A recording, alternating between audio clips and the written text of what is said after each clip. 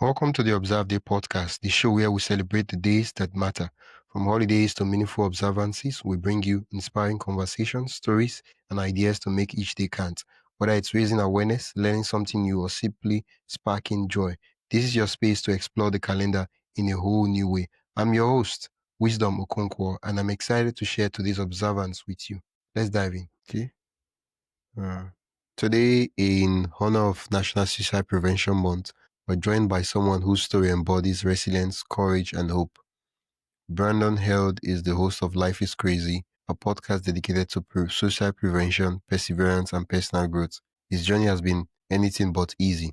Growing up in an abusive and chaotic home, enduring trauma, surviving divorce, military service, loss, and even a suicide attempt. Yet, through it all, Brandon has transformed his pain into a powerful message of healing and purpose. As a father, coach, and storyteller, Brandon now shares his experience to remind us that no matter how heavy life gets, there's always a reason to keep fighting and to keep living. Welcome back. Welcome to the welcome to Observe the podcast. Thanks for having me. I appreciate it. Thanks for the amazing introduction. It's really good to be chatting with you on the podcast about suicide prevention. Yeah, that's what I'm all about, man. That was my passion for starting my podcast. Was when I was in my lowest time in life, I felt like I didn't have anybody, so I wanted to be that somebody for people. Yeah. When you've said your podcast Life is Crazy exists because suicide prevention is personal for you, can you share your journey and what brought you to this mission? Yeah, I mean, I have started over in my life from nothing 4 times. So four times in my life, including in my early to mid 40s, I had me and my clothes, and that was it. I didn't have money. I didn't have a house. I didn't have anything. Maybe I had a car, but I didn't, I was basically homeless, and I've had to go through that 4 times in life. And then the 4th time it happened to me, I went through a divorce I didn't want. And so I wasn't going to be, an everyday father to my 2 sons that I had. And I was told by the judge I had to take all the debt from the family because I was the sole provider. My wife didn't work and I was the only one that worked. So he made me take all the debt, which I don't really understand the logic in that, but okay. And then he said I was going to have to, I got 50-50 custody of my sons. And he said I was going to have to still pay her child support and spousal maintenance to help her get on her feet. But I didn't have a job. I had gotten laid off during the divorce. And so now I was homeless, divorced, jobless, and about $50,000 in debt, and climbing because they were charging me interest for every month that I couldn't pay. So yeah, I was just ready to give up on life. I was ready to call it quits. So, I attempted suicide by taking a full bottle of Ambien, sleeping pills. I'm not sure if everyone knows what Ambien is. But someone called an ambulance and saved my life. And when I first woke up, I was angry that I lived. Yeah. I was angry that someone saved my life. But then after the anger subsided and, I started thinking more about it, I looked at it more like, well, this was a blessing in disguise, maybe God's way of saving me, whatever divine intervention, whatever you want to call it. And I thought, well, if I'm going to live life, if I'm going to continue to live, I can't live the life that I've been living. I have to do something different. I have to change, or I'm just going to be right back here again, trying to take my life. And so that really started my journey and my path. And it did start with a mindset. It started with me just kind of rewiring my brain, saying I was going to think differently. I was going to look at difficult times differently. I was going to appreciate good things and good times more. And I was going to focus on that appreciation. And, it wasn't an overnight transition, but over time, um, I really did turn my life around. I'm so much happier. I have the best career and job I've ever had in my life. I'm remarried and I'm in the best relationship I've ever been in. Um, and I'm sure a lot of that has to do with just me being a better, happier person. Um, and so once I got to those points that I was like, man, I'm really living my best life. Like Yeah. I went from wanting to be dead to I am happier than I have ever been in my life. And so Before we dive deeper, I'd love to invite you to join the Observe Day newsletter. Every week, I send you highlights of upcoming observances, creative ways to celebrate, and behind the scenes extras from the shows. It's the perfect way to stay inspired and never miss a meaningful moment. Sign up today at observeday.com/join. That is observeday.com/join. Now, let's get back to the conversation. I Yeah. thought, I want to do this for other people, right? No one was there for me. No one showed me the way. I mean, of course, you see self motivational stuff on social media and stuff like that, but I really had to put in the work and I had to do the work. And so, yeah, I just thought I want to be there for other people who are going through this, even if it's not me individually in their ear, talking to them one on one, saying, this is what you have to do to get better. If just me saying I was there and now I'm here can give them hope and allow them to see there's a path for them from their trauma and despair or low point, whatever they're going through, to bliss and happiness, then I'm going to stand up and I'm going to shout that out loud that you can do it. Yeah. Many people silently battle suicidal thoughts. From your own Yeah. experience, what are the signs loved ones should look out for? Well, I mean, there are some obvious signs and there are subtle signs. So some of them are major changes. If you see them, maybe they were someone who was more outgoing and they like to hang out with people, and you see them withdrawing, and now they're sticking to themselves a little more. If they're going through something like I was going through, severe um, mental difficult times where they're going through a divorce and they lose their job or they lose their home. All those things are triggers for people. And even if people don't come out loud and say, I'm depressed, I'm going through something, Yeah. people should understand that, most people, that's going to put them in that place.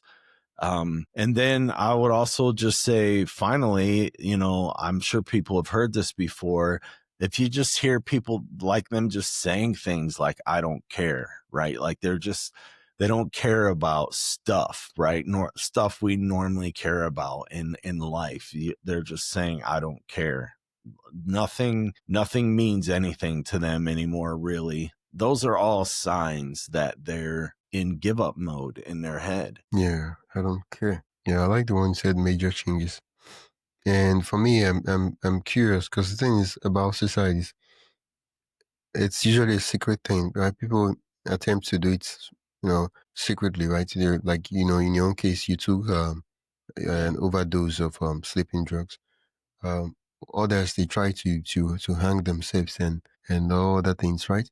And so, Yeah. how do we approach them such that we get them to open up rather than just wave it up and say, "Oh, I'm fine, everything's good." Yeah, the best thing you can do is what I'm trying to do, and that's get people to understand that in the grand scheme of things, whatever you're going through is just a moment in life. It is not the rest of your life. So whatever it is you're going through, you just have to get through that little period of time. And even if that period of time is months or a year, that I know that sounds like a long time to be depressed or down in a hole. But if you live 70, 80 years, what is 1 year in a course of 70, 80 years, right? So Yeah. That's the thing people need to understand, because a lot of times we see the thing that we're in as everything. I'll give you a perfect example. I don't know if you saw this in the news, but there was a girl over there in, I think, the UK, and she was a skydiver. She had skydived many times in her life, and one day when she was skydiving, she didn't open her chute intentionally. Mm, She let herself hit the ground and she killed herself. And the reason is she had just broken up with her boyfriend and she was heartbroken. And yeah, that's the kind of sad story that makes me feel like, man, if I just could have gotten her ear, if I just could have let her understand that yeah, she will get over this and life goes on, right? But instead, tragically, there's no more life for her. It's over. She doesn't have a chance to heal her broken heart, or maybe maybe it was just a fight and they would get back together. Whatever options could have came after that, she decided she didn't want any more options, and that's really sad to me. yeah. Well, that's really, really, really sad. Yeah. Well, for someone who feels overwhelmed right now, and what's the first step they can take toward hope, toward healing? Someone who's been dead. Yeah, that's a good question. The first step is the power of positive thinking. It sounds so simple, right? It literally sounds like, oh, anybody can do that. Yeah, but not everyone can do that. And I can say that for a fact because I have family members who struggle with positivity. They're so negative that their own negativity is their, force that's guiding their life, and they can't get past themselves. They can't get out of Yeah, their own way. Um, and so truly just starting to look at the little things in life that you are grateful for and you are thankful for, and then reminding yourself daily, maybe even for some people, it's necessary to do it multiple times in a day. This is why I'm thankful. This is why I'm happy to be here. And then taking the things that are negative and not giving them so much power, right? I was unemployed for a long period of time after I attempted suicide, and I still didn't let that unemployment drag me down. I kept telling myself, I would pray because, I believe in God, and before I attempted suicide, I would pray to him and say, why are you doing this to me? Why, if you love me, why would I be going through this horrible, yeah, miserable time? Right. But then after, I'm like, I believe in you. I know you're going to turn my life around. I know you're going to, give me the things I need to live my best life. And I understand it has to happen on your time, not mine. And back then, I just said that in faith, not knowing where my life was going to go.